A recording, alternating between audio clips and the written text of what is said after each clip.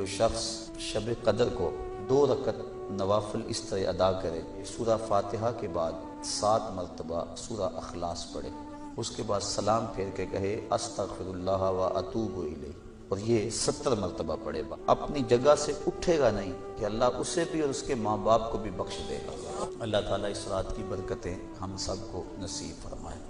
صرف 4 اشخاص ہیں جو اس رات محروم رہتے ہیں، ایک عادی شرابی، دوسرا والدین کا نافرمان، تیسرا قاطع الرحم، خون کے رشتوں کو توڑنے والا، اور چوتھا وہ شخص جو سخت دشمنی رکھنے والا ہے، اور سخت دشمنی اس کو کہتے ہیں جو 3 دن سے زائد ہو، تو جو 3 دن سے زیادہ ناراض ہیں ان کو سخت دشمنی رکھنے والا کہا جاتا ہے۔ تو اس رات کی جرمٹ میں یہ 4 بندے اللہ کی رحمتوں سے محروم رہ جاتے ہیں، اگر توبہ کر لیں تو اللہ تعالیٰ جل شانہ اس رات کا حصہ ان کو بھی عطا فرمائے۔